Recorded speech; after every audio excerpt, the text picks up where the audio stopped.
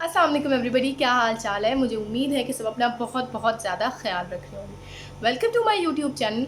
अगर आप मेरे चैनल पर न्यू हैं तो प्लीज़ सबसे पहले चैनल को सब्सक्राइब कर दें। और अगर आप मेरे चैनल पर पहले से ही हैं और आप चाहते हैं कि आप एमडी कैट में हाईएस्ट मार्क्स सिक्योर करें तो इस वीडियो को बिल्कुल भी मिस ना करिएगा और एंड तक देखिएगा। इस वीडियो में मैं आपको कुछ बेसिक टिप्स बताऊँगी जिसके ज़रिए आप अपने लेक्चर नोट्स बहुत ही ज़्यादा एफिशिएंट वे में बना सकते हैं। क्या आपको किसी ने ये बात पहले बताई है कि अगर आपके नोट्स अच्छे हों और कुछ बेसिक टिप्स को फॉलो करके बनाए गए हों तो आप अपनी इन्फॉर्मेशन ज़्यादा जल्दी लर्न कर सकते हैं। तो आइए कुछ बेसिक टिप्स देखते हैं और इनको फॉलो करके अपने लेक्चर नोट्स अच्छे बनाने की कोशिश करेंगे। नोट्स का एक मेन एलिमेंट है, वो है वो वाला मटेरियल जो आपके टीचर्स बोर्ड पे लिखते हैं। ठीक है, what ever your teachers right on board, आपने वही वैसे का वैसे लिखना होता है, जिस भी सीक्वेंस में लिख रहे होते हैं। ठीक है, लेक्चर नोट्स का ये की पॉइंट है। उसके बाद हमने कुछ चीज़ें टीचर्स बोर्ड पर नहीं लिखते। ठीक है, वो एक्सप्लेनेटरी मटेरियल होता है, वो बोल देते हैं लेकिन लिखते नहीं हैं। उसमें से कुछ बातें इंपॉर्टेंट होती हैं और कुछ बातें जो है वो हम बोलने से रिटेन नहीं कर पाते। इसलिए आपको चाहिए कि जब आप लेक्चर नोट बना रहे हो, लेक्चर नोट्स बनाएं तो जब टीचर कुछ बोले, कुछ इंपॉर्टेंट इन्फॉर्मेशन, तो आपको चाहिए कि वो आप इजी लैंग्वेज में, क्योंकि टीचर अक्सर उर्दू अपने नोट्स पर लिख लें, और उसके लिए आपने एक डिफरेंट कलर यूज़ करना है ताकि आपको आइडिया हो जाए कि ये वो इन्फॉर्मेशन थी जो आपके टीचर ने बोल के आपको बताई थी और ये आपने ईजी लैंग्वेज में लिख ली है। ये बहुत ज़रूरी है। हमारा थर्ड पॉइंट ये है कि बहुत ज़रूरी है कि आप जो भी नोट्स बनाएं वो ऑर्गेनाइज्ड और नीट होने चाहिए, ताकि जब आप उनको लर्न करें तो आप स्टेप बाय स्टेप चीज़ों को याद कर सकें और आपको लिखा हुआ समझ आए। उसके लिए आपको क्या चाहिए कि जब आप लेक्चर नोट्स बना रहे हों तो उसमें आप जो भी इन्फॉर्मेशन है उसको ऑर्गेनाइज़ करें टेबल्स में। केसेस बना लें, केस नंबर 1, केस नंबर 2। मैं आपको अभी सैम्पल नोट्स दिखाऊंगी। मेरे पास बायो के नोट्स हैं या एमकैट के ही हैं, किसी स्टूडेंट से मैंने लिए हैं। तो इसमें आप देख लें कि आप चाहें तो इसको पैराग्राफ की फॉर्म में भी लिख सकते हैं, लेकिन जब आप ऐसे लिखेंगे तो आपको लर्न करना आसान है। आगे भी देख लें, ये देखें यहाँ पर हमारे पास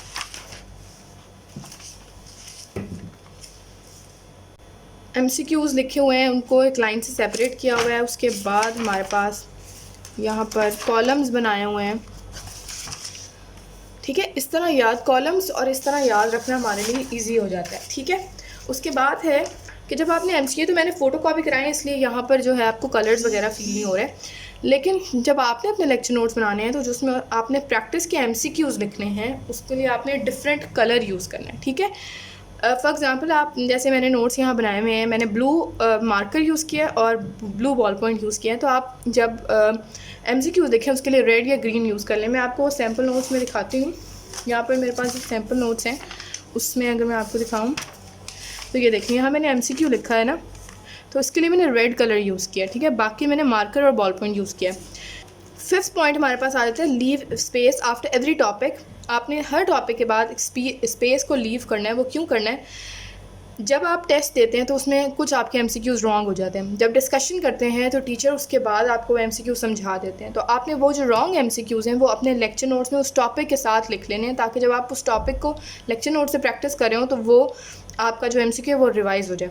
ठीक है, और इम्पॉर्टेंट पॉइंट्स जब आप शॉर्ट लिस्टिंग करते हैं बुक से, तो जो इम्पॉर्टेंट पॉइंट्स होती हैं बुक से, जैसे आप केमिस्ट्री के इनऑर्गेनिक है वो आप नोट से प्रिपेयर करते हैं, एट दी एंड आप बुक नहीं यूज़ करते। तो अगर आप बुक के पॉइंट्स को नोट्स में उतार लेंगे तो आपको बुक और एट दी एंड बुक और नोट्स दोनों नहीं करने पड़ेंगे, आप सिर्फ नोट्स कर सकते हैं। ठीक है, सिक्स्थ पॉइंट हमारे पास है कि जब आप नोट्स को रिवाइज कर रहे हो तो हाइलाइटर यूज़ करें। उससे क्या होगा कि आपकी कंसंट्रेशन स्पैन और फोकस स्पैन इंक्रीज़ हो जाएगा।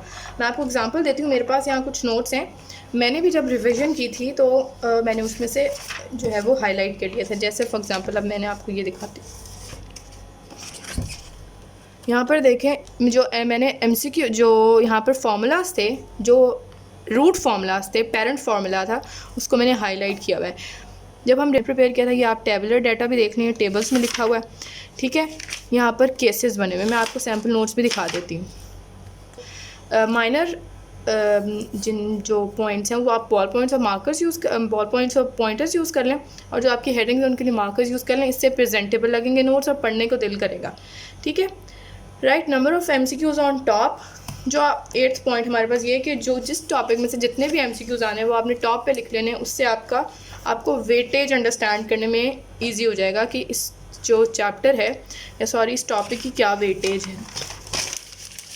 ठीक है, उसके बाद हमारे पास जो 9th पॉइंट आ जाता है वो है आपके जो भी MCQ सॉल्व करा रहे होते हैं उसका जो सोल्यूशन होता है, ख़ासतौर पे केमिस्ट्री और फिज़िक्स में ऐसे MCQs होते हैं जिनका सोल्यूशन होता है, वो आपने उसी MCQ के साथ पेंसिल से सोल्यूशन को नोट करना है। अक्सर टीचर जल्दी से सेल्फ असेसमेंट के लिए क्लास में MCQs पूछ लेते हैं, बच्चे जल्दी जल्दी उसका आंसर करने की कोशिश में उसका जो सोल्यूशन है वो सुकून से सॉल्व नहीं करते।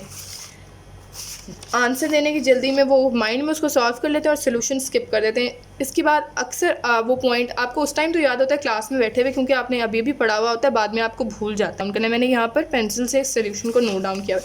ये हमारे पास कुछ सैम्पल नोट्स हैं जो मैंने रेड में लिखा है। ये मैंने आपको इस तरह बताया कि टीचर ने कोई इन्फॉर्मेशन जो टीचर ने हमें बोल के बताई हो, ठीक है, वो मैंने रेड में लिखी हुई है और बाकी मैंने बुलेट पॉइंट्स बनाए हुए हैं और जो मेन हेडिंग्स थी उनको मैंने मार्कर से लिखा हुआ है। और देखिए मैंने बहुत कंसाइज इन्फॉर्मेशन लिखी, लंबे लंबे सेंटेंसेस नहीं लिखे हुए। इसमें मैंने ये लिखा haemoglobin is a molecule that carry oxygen, मैंने लिखा हीमोग्लोबिन दैट कैरी ऑक्सीजन। आप इतनी दफ़ा इस चीज़ को पढ़ चुके हैं कि आप जो है वो पॉइंट्स की सूरत में अगर इसको लिखें तो आप याद कर सकते हैं और ऐसे याद करना भी आसान होता है, ठीक है। इसके अलावा हम देख लेते हैं, यहाँ पर मैंने टेबलर फॉर्म में डाटा लिखा हुआ है ऊपर, ठीक है, डिफरेंस के लिए। बाद मैंने नीचे स्पेस छोड़ी हुई टेस्ट MCQs के लिए, जहाँ मैंने आपको बताया था कि हमने वो MCQs देखे जो टेस्ट में रॉन्ग हो गए थे, ताकि जो रॉन्ग MCQs हैं उनकी प्रैक्टिस भी नोट्स के साथ हो जाए। बायो के नोट्स में मैंने जो है वो शॉर्ट लिस्टिंग के लिए जगह नहीं छोड़ी, उसकी ये मैंने ऐसे ही मैंने क्यों नहीं किया, इसकी वजह मैं जब आपको बायो का समझाऊंगी कि बायो की स्टडी कैसे करनी, कैसे प्रिपेयर करना है, उस वीडियो में आपको बताऊँगी। MCQs मैंने ऊपर लिखे हैं, यूनिट 3 था, इसका टॉपिक वर्क था, ठीक है। इसके जो भी केसेस बनते हैं vertical, horizontal, angular efficiency case, वो मैंने सारे केसेस की सूरत में डिवाइड किया हुआ है, इससे आपको याद करने में आसानी होगी। बुक की शॉर्ट लिस्टिंग के लिए अलग मैंने जगह छोड़ी हुई है, ठीक है। MCQs ऑफ द टेस्ट के लिए अलग जगह छोड़ी हुई है। अब सोल्यूशन देख लें, मैंने पेंसिल से सॉल्व किया, ठीक है। मेरे पास केमिस्ट्री के नोट्स हैं, ठीक है, इनको भी देख लें, टेबुलर फॉर्म में लिखा हुआ है सारी। ये इस तरह जब आप याद करेंगे तो ये आपको फिंगर टिप्स पे याद होगा, ठीक हो गया। हाइलाइट्स हैं, इनमें यूनिट 2 है, इसमें मैंने MCQ नंबर अभी नहीं मेरा ख्याल है मेंशन किया हुआ।